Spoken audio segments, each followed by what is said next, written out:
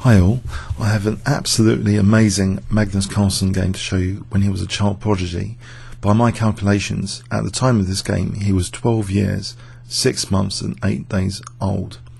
His opponent was Dennis Rylander, FIDE 2348, so strong FM standard. Magnus Carlsen was 2356, so just over the FM level, which is 2300. So this is, I think, an IM norm tournament played in Stockholm, the Salongernes IM tournament. Let's have a look. Magnus kicked off with d4. Dennis Rylander played very aggressively the Dutch defence, and he chooses, in fact, one of the most aggressive variations, the Leningrad Dutch defence, where black fianchettos the bishop. So far this is standard looking Leningrad Dutch c4, very standard. This position, very theoretical. Knight c3, knight c6 was chosen, d5, knight e5. White usually does take on e5, and I've played the position with black here, very dynamic position. A common move is queen b3 here to try and play for c5, get some queenside pressure going. Could be awkward for black. Often the move knight b5 is also annoying because the queen's like, that c7's a bit vulnerable here. Magnus actually chose the second most common move in the position, which is an immediate e4. And often players with black will play f4 here, a positional pawn sacrifice, and that was played here. Magnus took this, and now there's two main choices here. Either knight h5, which I played before a couple of times at least, or e takes f4. The opponent here played e takes f4. This is actually a little bit more played, 33 games in my book, compared to knight h5, 24 games. So it's interesting, this position.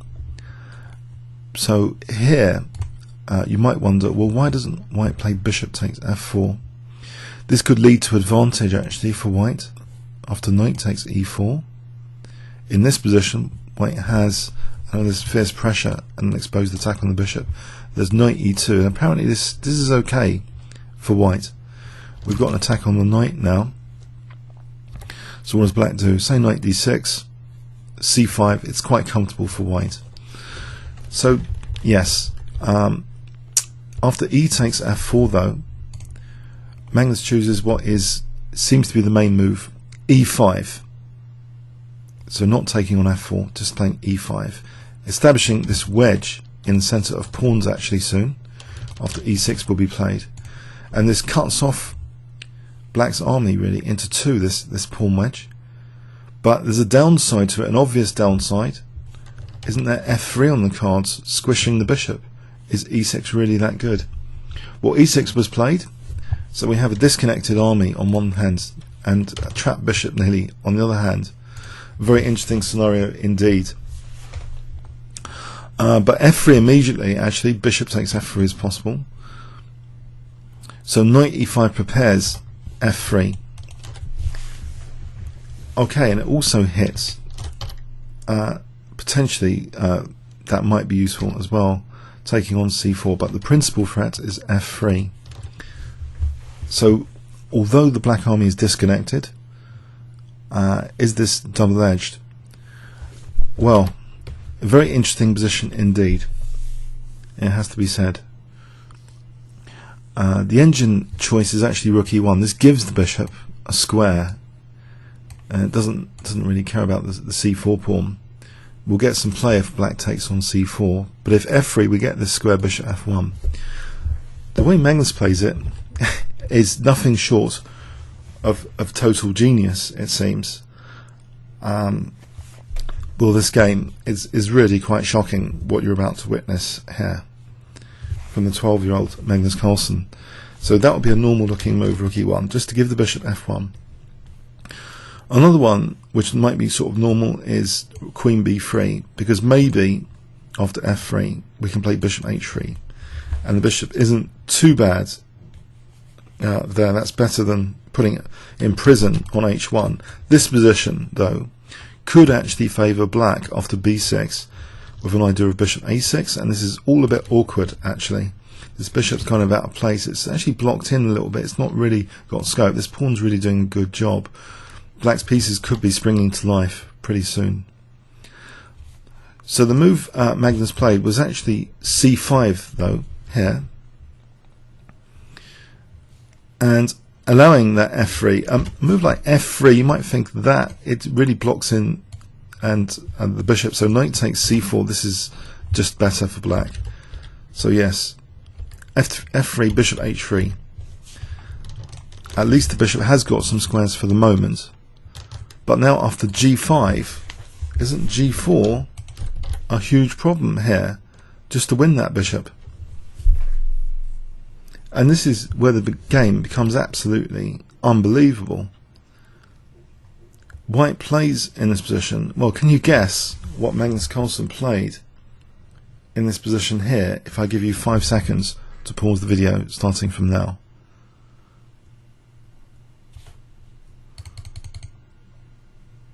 Okay, he played actually king h1, inviting the bishop to be trapped. So this is a virtual bishop sacrifice. And things get absolutely spectacular now. So black plays this g4 move, and it looks ridiculous. White on one hand has disconnected the black rooks, but he's losing an entire bishop, surely. Is it something to do with this g file? Is there some genius on this g file? Well, now a very, very powerful incisive move, which Stockfish does come up with in this position, is played. What would you play here if I give you 5 seconds, starting from now? Okay, Magnus puts his queen where it can be potentially discovered attacked from the bishop, queen d4. Black now took on h3, so there's a potential g-file usage, but it's not so clear. Surely this is not so clear, because if we played a move like rook g1 here, then hasn't black just got knight g6, unpinning the bishop, hitting the queen? This is much better for black. The thing is, Magnus has a fantastic resource up his sleeve in this position. Can you spot it if I give you 5 seconds to pause the video here, starting from now?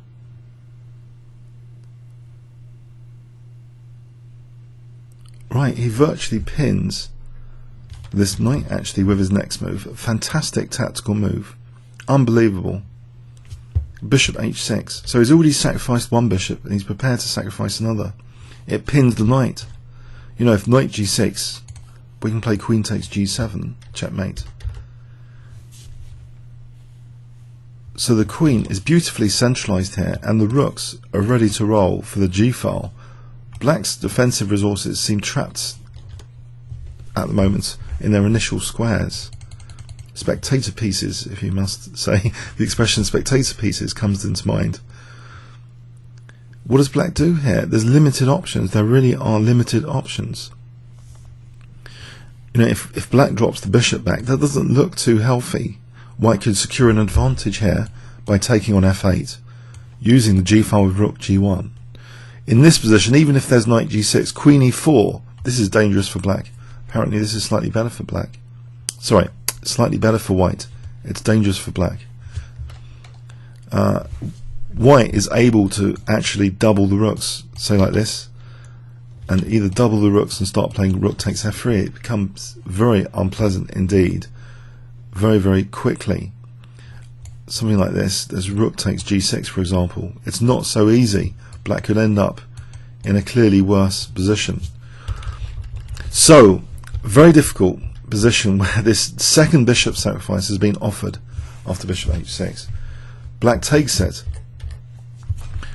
Is there a wrath of the g-file here coming up? Well, again, rook g1 check immediately is harmless. Knight g6. Black will be winning. No, the knights must be taken now, suspending the check to getting rid of that defense. So rook g1 check looks very dangerous coming up. Can black defend this? Well, there's two main ways it seems. Either bishop g7 or rook f6. Rook f6 was played, but even after, if bishop g7, this is apparently is better for white. Rook g1, rook f6. White can actually proceed with an exchange sack here, and this position apparently is very, very dangerous for black. For example, like this, even though white is a bishop down, the cheeky queen takes c7 here, and this is really dangerous stuff. Very good compensation for being a bishop down. Apparently this is a big advantage for white.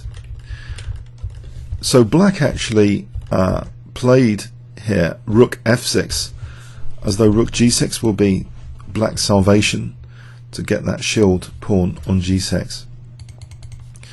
Magnus plays rook g1 check. We have rook g6. And now a very strong move indeed is played, which seems stronger than what you might think of doing here. What our gut reaction would be, many of us, is slightly different from Magnus. I think celebrating the pin comes to mind as the clue. What would you play here to proceed? I think I believe it's the more accurate move. If I give you 5 seconds here. Okay, queen h5. This might actually be technically stronger than taking on g6. Keeps the tension and keeps the possibilities very strong. Black played now king g7, trying to hold up g6. Magnus takes on g6 after hg. Rook g1. Black's only move now is basically to defend with the queen. Queen e8. So we have a position now that basically rook and knight versus rook and two bishops. White is a piece down here, but apparently this is a super strong position for white. Either actually it turns out with Magnus's move, but there's also other resources in the position here at move 24. Technically, knight b5 is actually very dangerous in this position with a +2 advantage. Magnus actually played knight e4, which is also really strong, but just to demonstrate the strength of white's position here, knight b5 has actually got some very cunning ideas behind it, either to take on c7 to distract the queen, or to cheekily come back here to attack g6 like that. Either way, it's affecting the defense of g6. For example, bishop f4 protecting c7, the knight changes tact, it goes here, and now this is just taking here, and knight h4 is incredibly dangerous like this. This is an absolutely winning position right here. If black's having to give up the bishop, it's pretty hopeless. For example, like this. So the position is actually really crushing there already. This is just murder. For example, here, winning the queen. So this is an absolutely killing move, knight b5. Magnus played an alternate move here. So bishop down, it's a killing move, but he played an alternate move, knight e4. And this is also very, very strong for a slightly different manoeuvre. For this manoeuvre, for the queen to mate on h8 with the knight coming to f7 potentially. So black played c6. Now queen e5 check, king g8, and now this move knight g5. And actually, believe it or not, this is also a winning manoeuvre in the position. It doesn't really matter what black does here. The position is absolutely crushing from an endgame perspective. Absolutely crushing. The principal threat here is knight f7 and then queen h8 checkmate. Black tried bishop takes g5. What else is black going to do here? I mean, seriously, the rook and bishop are in prison at the moment. There's no time. b6, knight f7. And if bishop g7, okay, trying to shield h8, it's a forced mate in 9 apparently, with queen g5. So we're just going to take here. Let's follow this through. I mean, say rook b8 to speed up things. We take here, just to give a token idea. Well, we mate on g7 there. If queen f8, then queen h5, we're going to mate on h8 there. So it becomes hopeless. Black has to give up bits to save the mate. So in this position, Bishop takes g5 was played to extinguish that knight. Magnus plays now queen takes g5. Very, very strong position. Rook takes g5 is also winning, but this is winning as well, even though white is an entire bishop down, believe it or not. There's just no defense. King g7 was played here. And now Magnus's next move betrays h8 as an issue again. He plays rook g4 with the idea of queen e5 check, the king going back, and then rook h4. Simple, strong, crude, effective. Black gets desperate here. He gives back a bishop, tries to get back a bishop. Magnus is not interested in d takes e6. Actually, that would give some counterplay on white's back row if d takes e6 was played. Magnus is after the king. Just to demonstrate that, if d takes e6, rook d8, black's apparently is equal here. White's now got an issue with d1. It's blown it actually. Has to go back, bail out of the attack. And this becomes equal apparently. No, Magnus is not going to waste his position here. He plays queen e5 check, forget the bishop. The king g8, now rook h4, mate on h8, we'll get a mating attack via h8. There's no defense, it's beautiful. Black played bishop takes d5 and got mated in 3. Can you spot it, the mate in 3, if I give you 5 seconds to pause the video? Okay, check, check, and mate.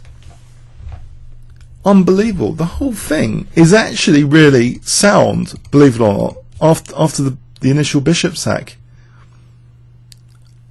Some other variations which were mentioned by some kibitzers on chess.com as if there was an improvement here by playing the move b6 at a critical moment. I'll just show you a critical moment here.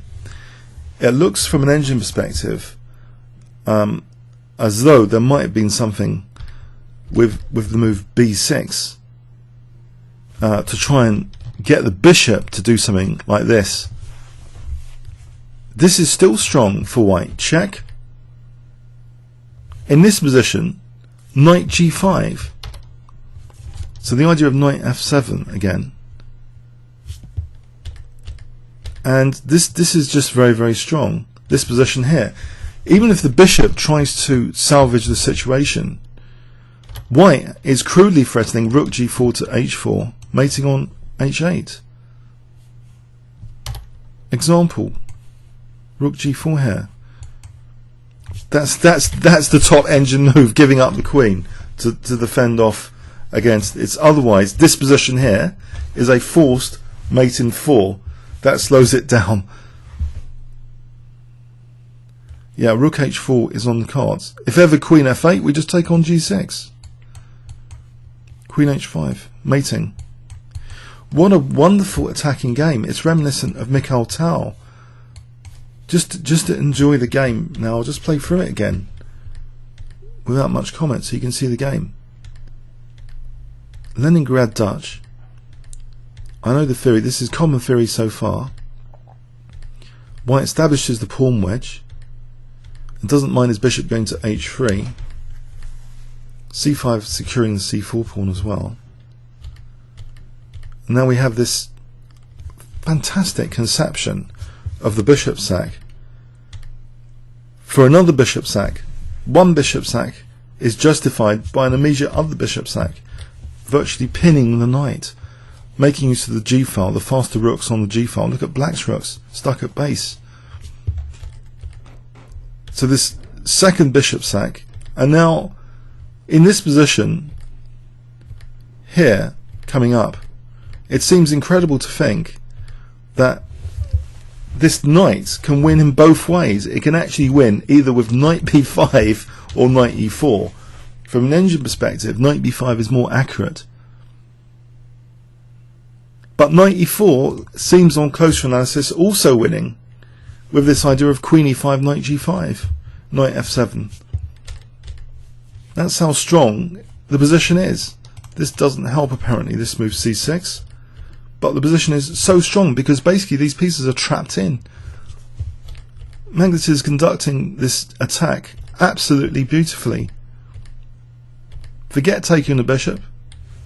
It's one of the most beautiful attacking games I've seen of the young Magnus Carlsen. I think this is incredible stuff, this game. I don't know what you guys think.